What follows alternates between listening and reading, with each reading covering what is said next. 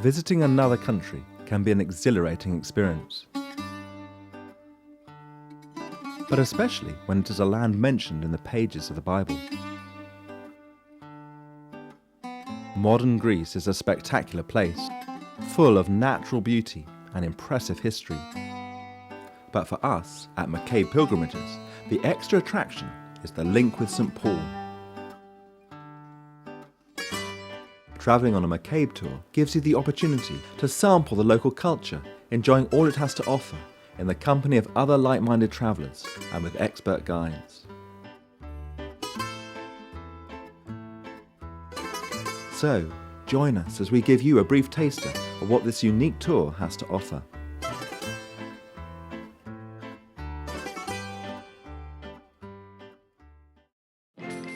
We will be travelling from north to south, seeing places which Paul himself saw, such as Philippi, Thessalonica and Corinth. In addition, we will also encounter the fantastic Meteora monasteries and the spectacular site of Delphi, en route to the ancient capital of Athens. St. Paul, when he first arrived in Greece, did so by boat, arriving in the harbour of ancient Neapolis, modern Kavala. This makes it the perfect starting point for our tour. Today it's a busy fishing port, the harbour overshadowed by its historic castle. After a short transfer from the airport, this will be where we spend the first 2 nights of our stay. The next morning, we set out, travelling alongside the remnants of the ancient Roman road that climbs up over the hill going inland. Paul himself would often have walked this way, so this is one of our first opportunities to walk literally in the steps of St. Paul. Where was Paul heading to? The powerful city of Philippi, the first city that he visited in Europe. We see the Forum, the city's marketplace.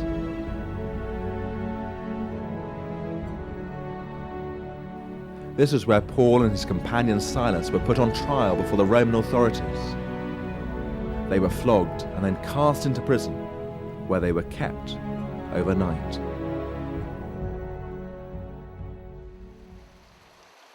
Outside the city, this stream was where a woman called Lydia was the first to respond to Paul's teaching and was baptized. This unique location makes an ideal spot for the opening worship of our tour. And sometimes people renew their own baptismal vows in its waters.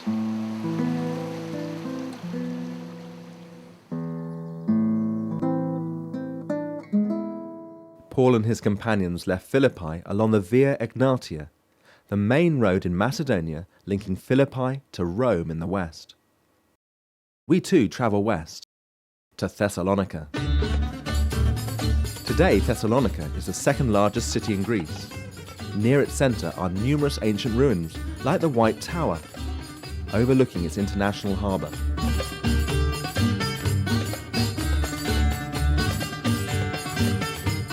We also drive up to the citadel, from where there are great views over the city.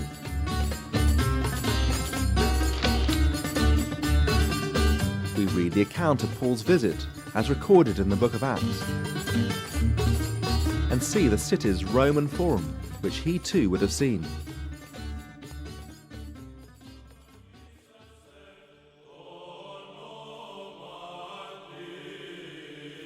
Nearby is the site of Thessalonica's historic basilica of St. Demetrius.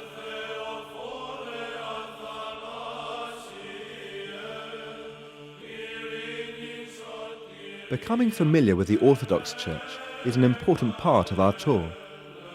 So after our one night in Thessalonica, there is an option of visiting a monastic community on a mountaintop above Larissa. Other groups, focusing more on Paul, visit Berea, which was the next port of call after Thessalonica for Paul, Silas and Timothy. In the town centre, we see a modern depiction of the apostle in his traditional guise, and some other mosaics depicting the story and acts of the Bereans listening to Paul. Further south lies the remarkable area of the Meteora. We approach at sunset and start our 2-night stay in the small town of Kalambaka. The next morning we wake up to see these remarkable rocks looming above us, and soon set out from our hotel to explore them. They are quite unique in the world and truly spectacular.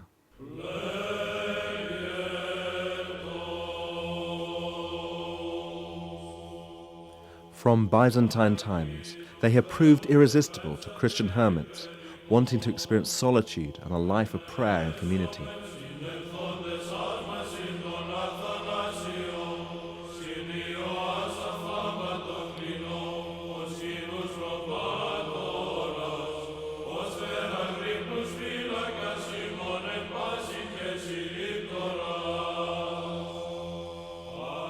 We ourselves enter two of the monasteries, which date back to the 14th century.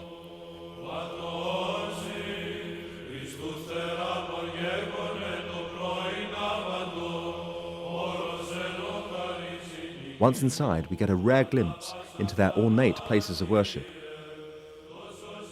And those with a head for heights can also enjoy the panoramic views from their precarious balconies. These Meteora mountains are a natural place to pause and reflect during our journey through Greece. We're here on a middle day of our travel, and we've already been experiencing so many of the riches of this great land.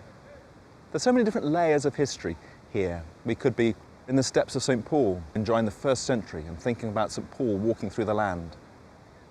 Another day we're enjoying 5th century Athens and its ancient classical culture. Or as today, we're very much the theme of Greek Orthodoxy and enjoying the Christian heritage of this land going back through centuries. And it's great to travel with a group of people who are enjoying each of these different layers and coming to learn about them and react to them as they go. Lots to learn, lots to enjoy, and lots of good fun, as we do say.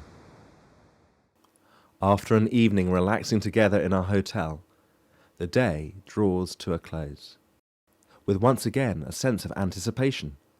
What does tomorrow hold in store? Day 5 of our tour, and we're off to Delphi. A long drive on our now familiar and comfortable coach, but it's well worth the wait. Back in the age of classical Greece, Delphi was the unrivaled sanctuary of the god Apollo, situated in a beautiful spot on the lower slopes of Mount Parnassus. Deeply engraved on the record of Greek history, it was a place of incalculable religious and political importance, which attracted visitors from all over the Hellenic world, eager to consult Delphi's prophetic oracle. Visitors today, who are able to climb to the top of the site, are in for a treat. One of the best preserved stadia from ancient times. And back down in the museum, there's some excellent exhibits from the classical world. The whole site provides a key insight into the religious context into which Paul came with his alternative teaching, showing how Old Testament prophecies have now been fulfilled in Christ.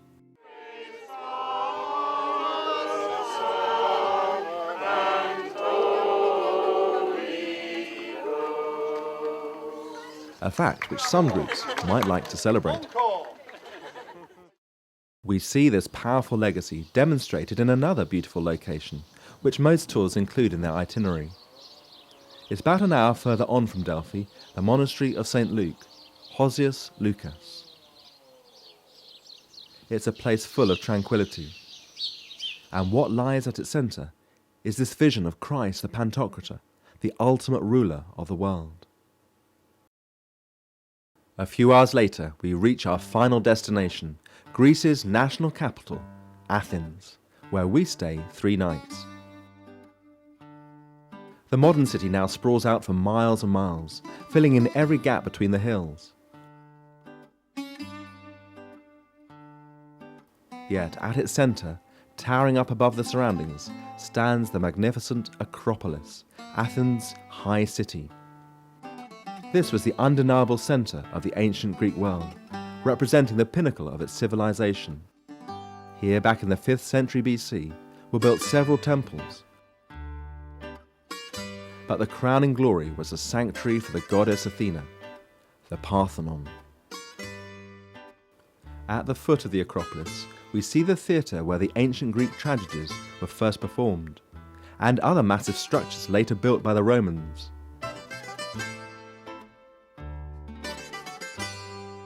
For those following in the steps of St. Paul, however, the key site is an outcrop of rock below the Acropolis, known as the Areopagus, the meeting place of a council which Paul addressed during his visit here in 50 AD.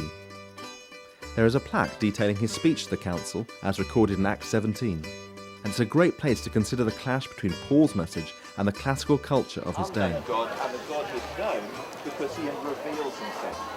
And so he's using points from his culture, wider culture, and using that to try and speak into the situation.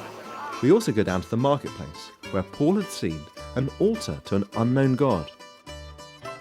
And we can imagine him walking around some of its colonnaded porticos. Then we head to a local taverna. After all, we all need a break at some point from all this history and archaeology. Some of us, evidently, more than others. Why can't anyone have a bit of quiet? But our travelling days are not quite done. Our final day is an excursion from Athens along the Saronic Gulf towards Corinth, stopping on the way to see the stunning Isthmus Canal cut deep into the rock.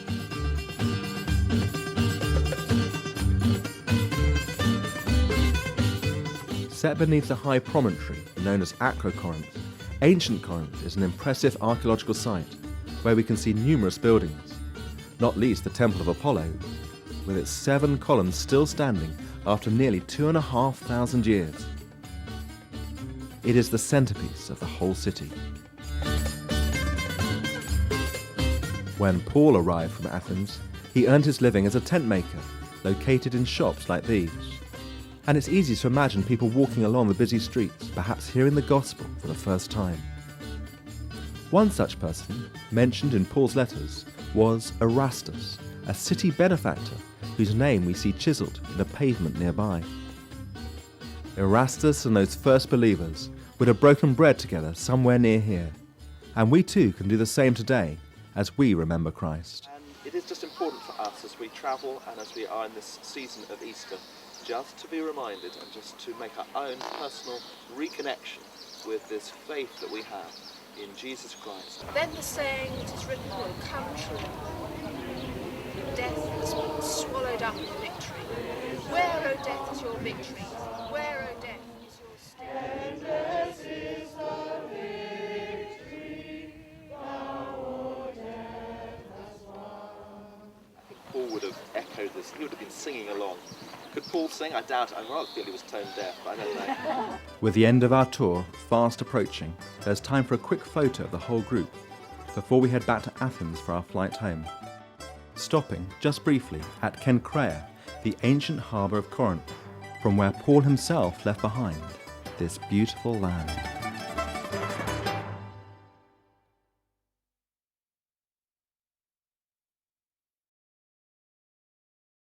Why don't you consider coming with McCabe Pilgrimages to see the land of Greece in the footsteps of St. Paul?